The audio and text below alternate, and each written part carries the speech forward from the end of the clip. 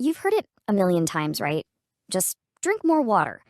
But what if that's just the bare minimum? What if the real secret to better health isn't just about how much we drink, but getting smarter about what we drink and when?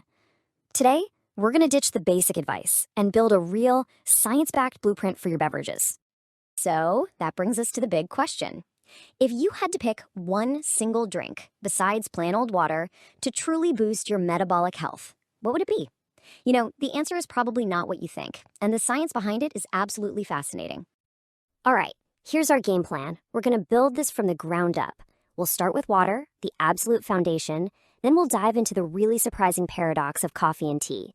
After that, we'll navigate that tricky middle ground of milks and juices, point out the drinks you really want to avoid, and then at the end, pull it all together so you can build your own healthy beverage blueprint. Okay, let's start with the undisputed champion, water. Its job goes so far beyond just quenching your thirst. It's actually a critical tool for managing your blood sugar, and there's a very specific physiological reason why.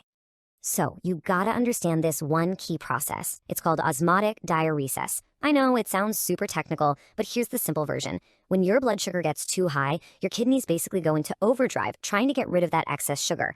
The only way they can do that is by dumping it into your urine. But here's the catch. Sugar is like a magnet for water. So as the sugar goes out, it drags a ton of water from your body right out with it. And this is where a really dangerous feedback loop kicks in. See, the high blood sugar makes you lose water, which makes you dehydrated. But when you're dehydrated, the blood left in your body becomes more concentrated. And guess what? That makes your blood sugar reading shoot up even higher. So dehydration isn't just a symptom of high blood sugar, it actively makes it worse. Drinking enough water is the #1 way you can break that vicious cycle. Okay, now for two drinks that seem to completely defy logic, coffee and tea.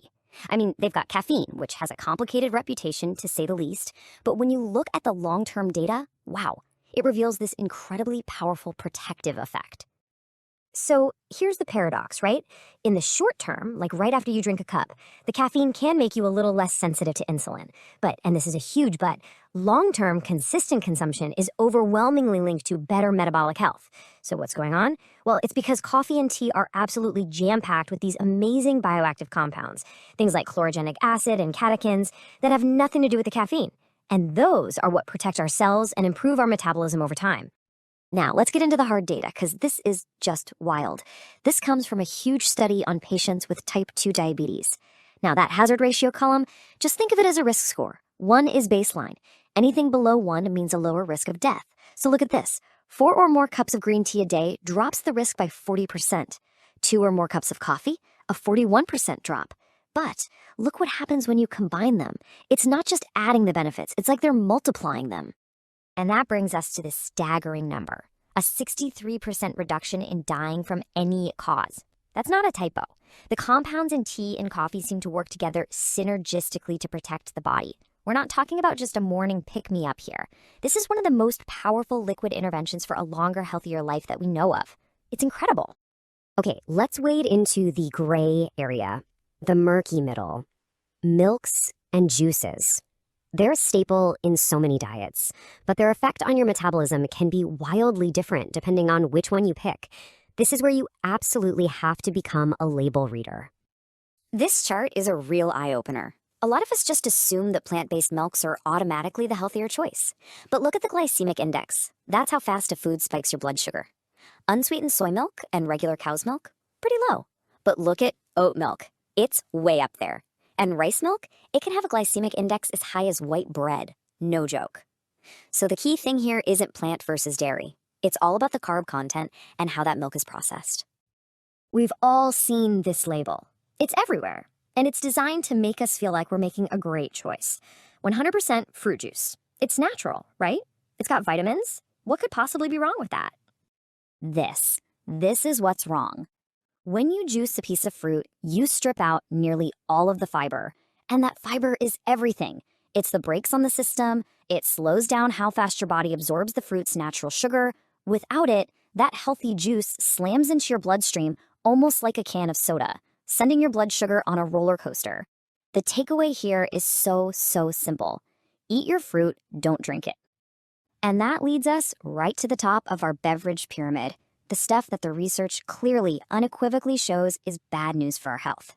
There's really no gray area here. These are the drinks you want to cut way, way back on, or just get rid of entirely. Honestly, sugar-sweetened beverages are probably public enemy #1 for metabolic health.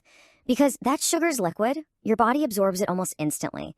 It just overwhelms your system, causes inflammation, and is a major driver of insulin resistance.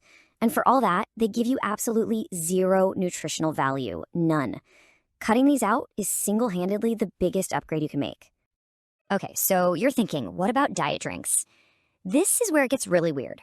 Researchers call it the diet soda paradox, because in these huge studies, they found that a high intake of artificially sweetened drinks is linked to an even higher risk for type 2 diabetes than the sugary ones. Why? Well, nobody knows for sure, but a leading theory is that these super intense sweeteners mess with our gut microbiome, those good bacteria that help run our metabolism. They might not be the free pass we all thought they were. Now, alcohol is a whole different animal. The main danger here isn't that it'll spike your blood sugar, it's that it can make it crash. That's called hypoglycemia. See, alcohol actually blocks your liver from releasing its stored up sugar, which is your body's emergency backup system. This is incredibly dangerous if you're drinking on an empty stomach. Now, the one potential exception, some studies have found that a moderate amount of wine, specifically with a meal, might actually be protective. So with alcohol, context is everything. When and how you drink it matters immensely. So, wow, we have covered a lot of ground. How in the world do we take all this information and turn it into a simple daily plan? Well, luckily, researchers have already created a tool that does exactly that. It's called the Healthy Beverage Index, or HBI. And honestly, the best way to think about it is like a credit score, but for your drinks. It doesn't just judge one drink. It looks at the big picture, the overall pattern of everything you drink all day, and gives you a single score from 0 to 100 on your beverage quality. And this is basically the cheat sheet for a high score. It's so simple when you see it laid out. You build a strong foundation with lots of water, you regularly drink unsweetened coffee or tea, and you keep sugary drinks and fruit juice to a bare minimum. It's not about being perfect, it's about the pattern. And studies show, crystal clear, that a higher HBI score is tied directly to better health, everything from less stress on your kidneys to more stable blood sugar. So I want to leave you with this one final thought. Just take a second right now and think about what you drank yesterday, or what you've had so far today. Based on everything we just talked about, how do you think you'd score? And more importantly, what's one simple change you could make, starting right now, to raise that score just a little bit higher?